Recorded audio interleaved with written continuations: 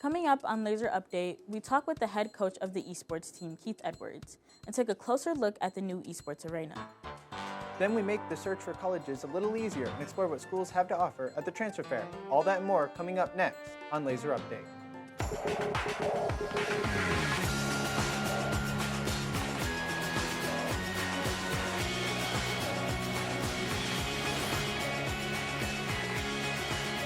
Live from the Kathy Hawkins studio on the Onondaga Community College campus, it's Lazer Update.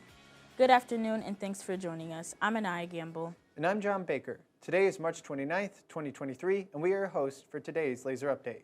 Here's what's happening on Onondaga Hill today. Planned Parenthood visited in Mawini Hall this afternoon, and if you didn't get a chance to stop by today, they'll be back Wednesday, April 5th, 9 a.m. to 11 a.m.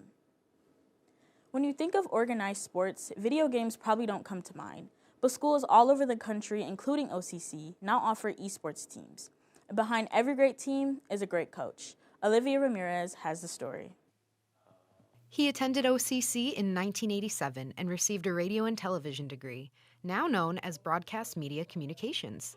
He has also been an audiovisual specialist at OCC for 24 years.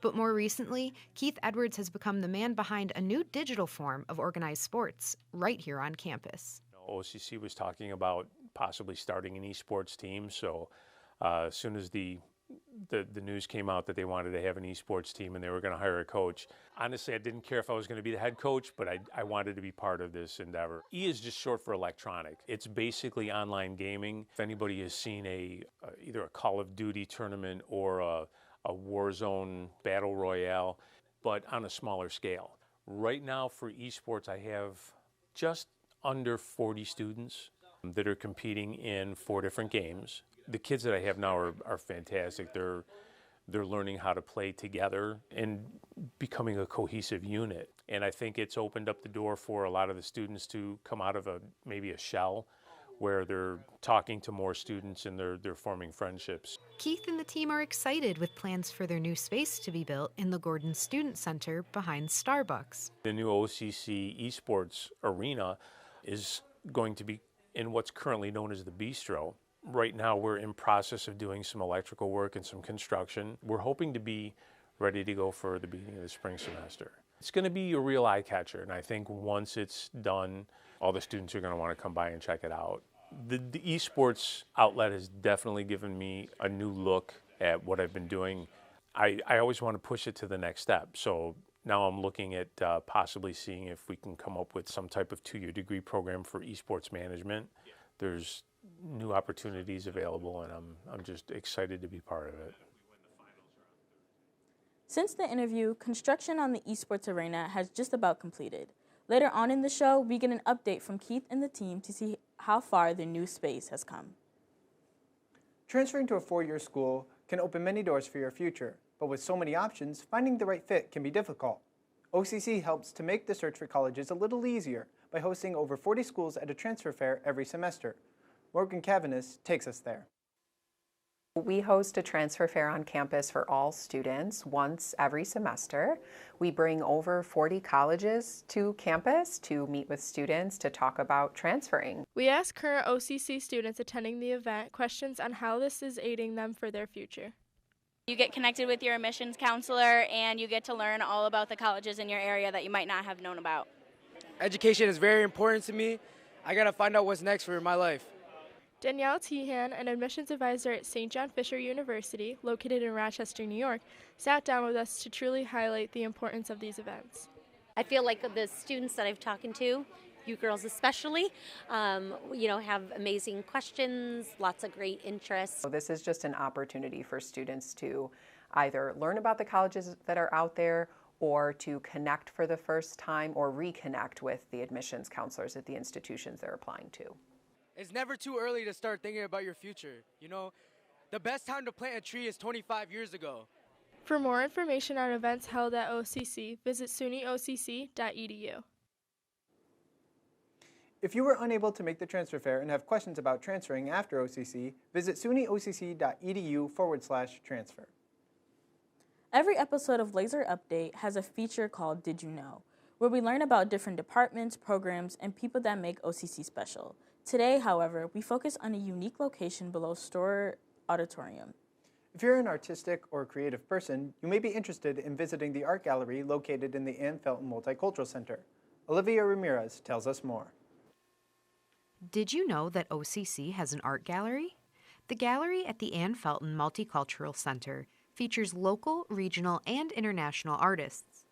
Exhibits have included installation pieces, traditional and contemporary paintings, ceramics, and many other art forms from various cultures.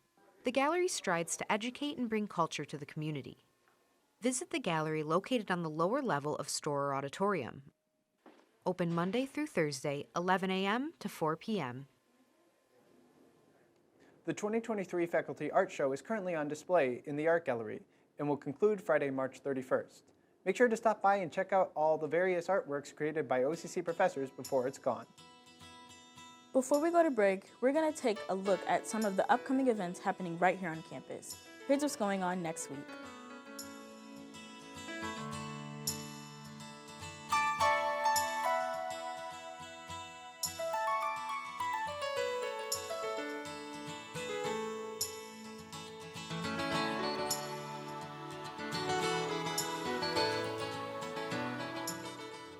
The Coulter Library is your place for entertainment. With over 77,000 books, movies, and CDs, there's always something to do. Your place for research help. Trouble with a project? Ask a librarian. Your place for quiet space. Shh, our first floor is reserved for quiet work only. Your place for IT help. Visit our help desk on the second floor. All this and so much more at the Coulter Library. Open 7 days a week. For more information, visit sunyocc.edu/library. I chose OCC, specifically the BMC program, because a lot of it is hands-on and you get to use equipment.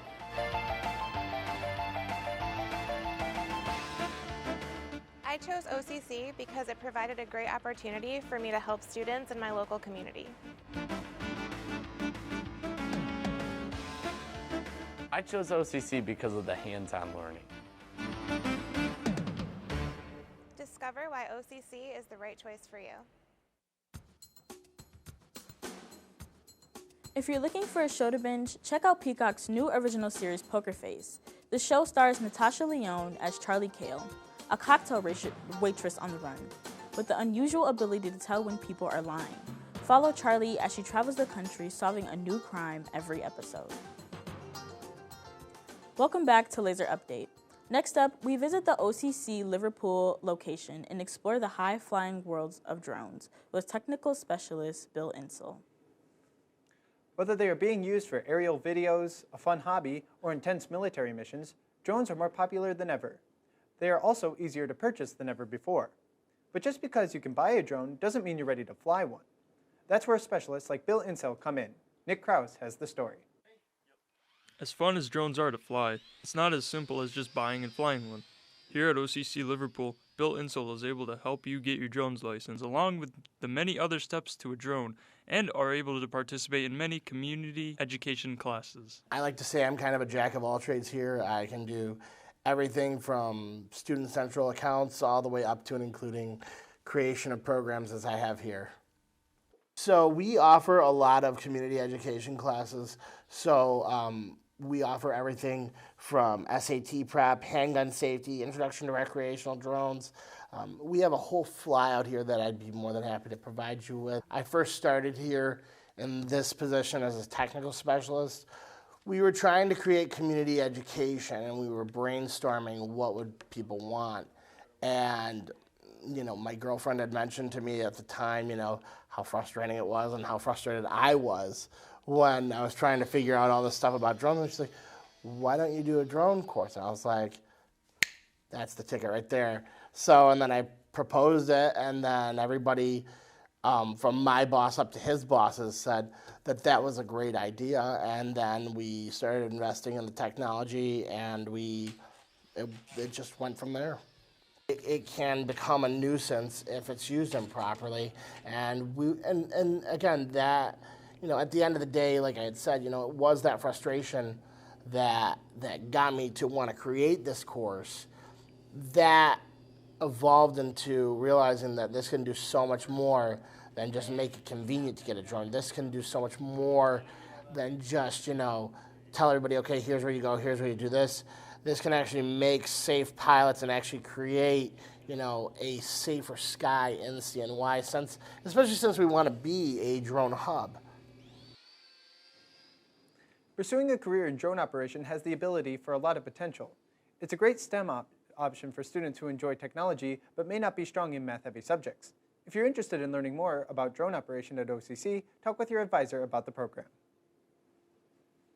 Earlier in the episode, we met Keith Edwards, the head coach of the OCC esports team. Since the interview took place, the team has settled into their new home in the Gordon Student Center. Olivia Ramirez has the update. You may enjoy playing in your free time, but now you can play your favorite video games right here on the OCC campus by joining the newest addition to OCC Athletics, esports. As you can see behind me, we've got some brand new computers and workstations for all the teams to come in and compete with. Head coach Keith Edwards and his assistant coach Jeffrey Pease have been working hard to complete the brand new esports arena located in the Gordon Student Center behind Starbucks. It's been good. I mean, we've our first semester, I think we had just about 40 students enrolled on the esports rosters, and we're up to 65 now.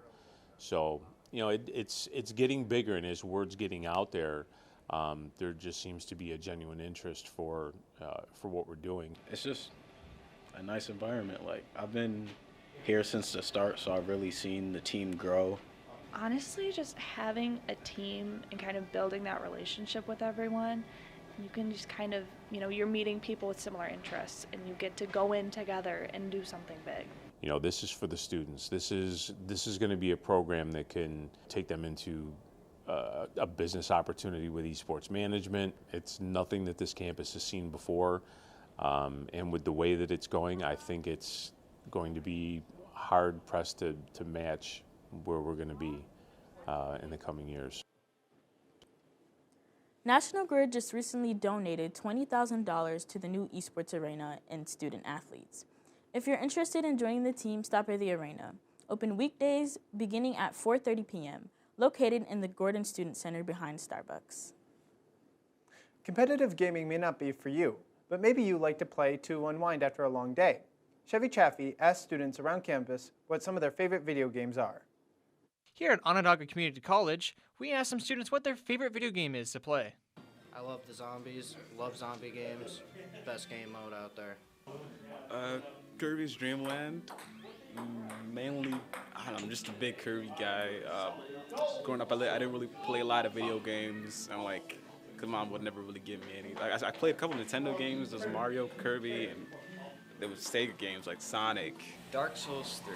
I played it in 2019, my first introduction to the Souls series, and the gameplay loop and the progression and all that stuff was phenomenal. As always, OCC students have great taste in their video games. This is Pulse of the Campus for Lazer Update. I'm Chevy Chaffee. It seems like everybody plays video games nowadays. Whether you play on PC, PlayStation, Xbox, or Switch, there's certainly plenty to choose from. I say you can't go wrong with the classic Nintendo games, like Super Smash Bros. Or Mario Kart. Now we take a look at the Onondaga Lasers baseball team. We'll catch you up on the scores from their most recent game.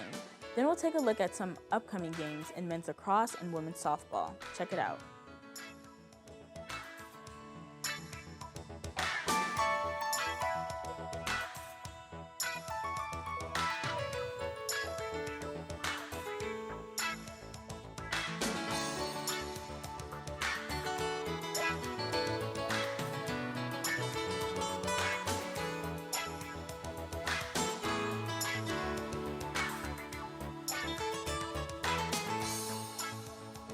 Say what I really like about OCC is that there's a lot of diverse people here.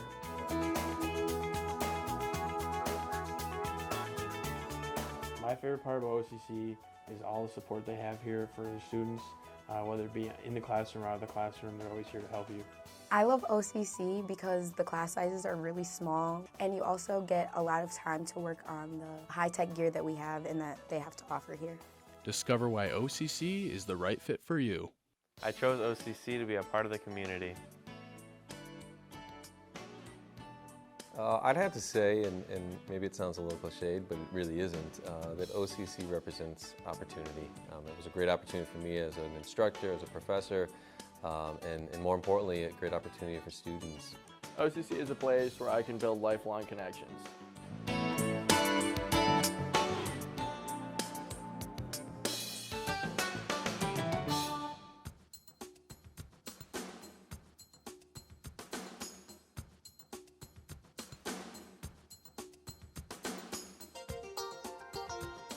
Welcome back. You've been watching Lazer Update. I'm John Baker. And I'm Anaya Gamble. Now it's time for a segment we call Got Issues, where we discuss a current topic of the day. Here's your host, Olivia Ramirez. Thanks, Anaya. Hello, everyone. I'm Olivia Ramirez, and today on Got Issues, we are discussing Netflix ending password sharing. Gone are the days of sharing an account with your parents or friends for free. It'll now cost an additional charge to use the Netflix account of someone in a different household. Joining me today are Kyle Goff and Destiny Salas to discuss. Thank you for joining me. Destiny, first question is for you. What streaming services do you currently use, and are any of them shared accounts? I only use one streaming service, which is Netflix, and I share it with my friend Anaya, but other than that, I don't use anything else. Everything is more of a loophole, so there's always ways of getting content, so yeah. Yeah, absolutely. Kyle, next question's for you. Netflix continues to raise the price of their subscription, and now they plan on charging users for password sharing. Will these additional charges cause you or people you know to leave the service? Well, I know personally, you're not going to catch me paying those additional fees. If they do like, like an ad-based subscription, I would definitely do that, like to cut costs, but I'm not going to pay additional prices to keep my subscription for Netflix and whatnot. Definitely, I'm with you. And Destiny, do you feel that Netflix putting an end to password sharing is a sign of the company declining, or do you think that they're going to continue to be the top streaming service for years to come? It's definitely a sign of decline. I mean, let's be honest, when's the last time a Netflix original has been good? So the only thing really keeping Netflix afloat is Stranger Things, and that's on its final season. So at this point, it's kind of a desperate attempt to keep their revenue. Yeah. And Kyle, I just want to ask you the same thing I asked Destiny earlier. What streaming services do you currently use that are shared accounts? Shared accounts, I have Disney, Hulu. I have the ad-based subscription for Hulu. Used to have Paramount, got rid of it. Not really much use with Paramount. Didn't really have anything. Yeah, Netflix. So yeah, those are the accounts I have, and I share with family members. Yeah, I share Hulu, Netflix, Paramount Plus with my friends and family. All right, and Destiny, back to you. Is the price of Netflix worth it, or do you think that they need to offer more? The price is definitely not worth it. Netflix used to be something that banked off cheap content, and that's why Blockbuster got out of business. However, the only thing keeping that business afloat, if they go back to their original ways and go to a cheaper price without all this password sharing strictness, rules and policies and regulations. All right, thank you. When we come back, we'll talk more about Netflix ending password sharing and the effect that it has on the users. Our discussion continues right here on Got Issues.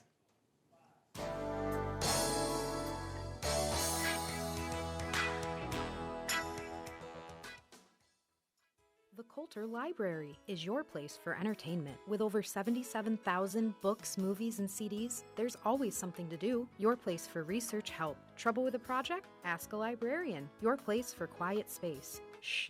Our first floor is reserved for quiet work only. Your place for IT help. Visit our help desk on the second floor. All this and so much more at the Coulter Library. Open 7 days a week. For more information, visit sunyocc.edu/library.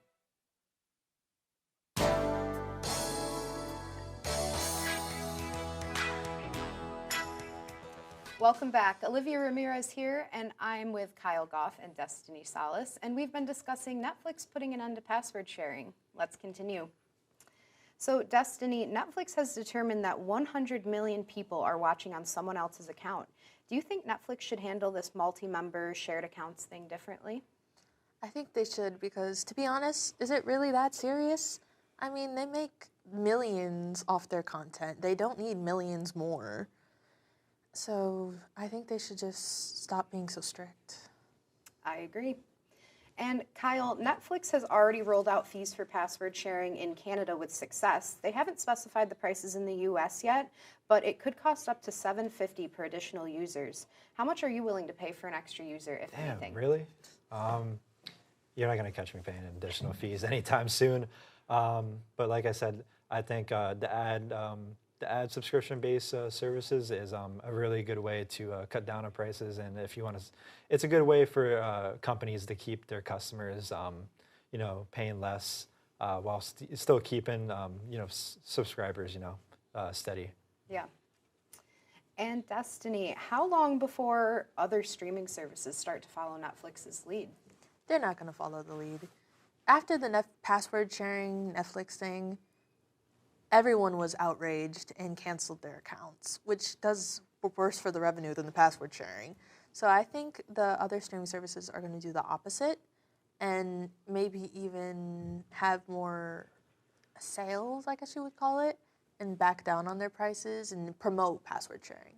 Let's hope.